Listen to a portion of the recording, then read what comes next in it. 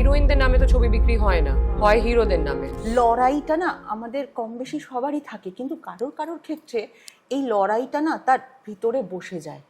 তখন সে একটা জায়গা পেয়ে গেলেও লড়াইটা কিন্তু তার মধ্যে চলতে থাকে। তুমি হচ্ছে সেই রকম একজন অভিনেত্রী যে জমি পাওয়ার পরও লড়াই করে যায়, আমার এটা পার্সোনালি মনে হয়েছে। একটা কথা বলো, এই যে তোমার এর আগের যেটা আমরা দেখেছিলাম কিল বিল সোসাইটিতে স্মৃতি মুখার্জি, সেখানেও কিন্তু একটা হেনস্থা ছিল সোশ্যাল মিডিয়ায়, একজন আপন জনের কাছ থেকে এমন একটা হেনস্থা যেটা কেউ সহ্য করতে পারে না। এখানেও সেই একই রকম, সেটা হচ্ছে ওয়ার্ক প্লেসে। তো কৌশানী মুখার্জিকে কি এরকম স্ক্রিপ্টই বেশি টানে? এরকম কিছু নেই যে এরকমই স্ক্রিপ্টই বেশি টানে, বাট আজকে দিন পাল্টেছে, সময় পাল্টেছে, আর আজকে কোনো একটা সাবজেক্ট পুরোপুরিভাবে 100% আমার কাঁধের ওপর দাঁড়িয়ে।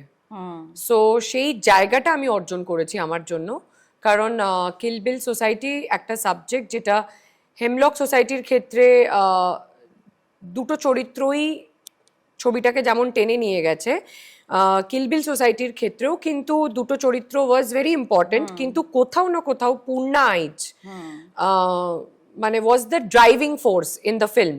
এটা তো আমার পরিচালক সৃজিত মুখার্জিও বলেছে, এটা আমার অডিয়েন্স যারা দেখেছে আর ছবিটাকে বক্স অফিসে একটা সাকসেসের জায়গায় নিয়ে গেছে, সমস্ত দর্শকরাও সেটা বলেছে যে Purna was the heart of the film.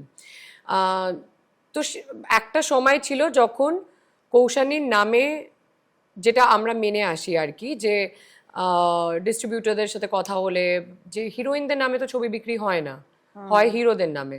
যখন এরম ধরনের ঘটনা শুনি একটা মেয়ে হিসেবে, যে কোথাও কোনো একটা এরকম কোনো রেপের ঘটনা, rape is the ultimate crime that somebody can commit, তো এরকম কোনো ক্রাইম যদি ঘটে, নাও অ্যান্ড দেন ঘটছে, অনেক খবরের কাগজে আসে, অনেক খবরের কাগজে আসেও না, আমরা যখন পড়ি একটা মহিলা হিসেবে আমার মানে আমাকে নাড়িয়ে দেয় ভেতর থেকে কোথাও না কোথাও।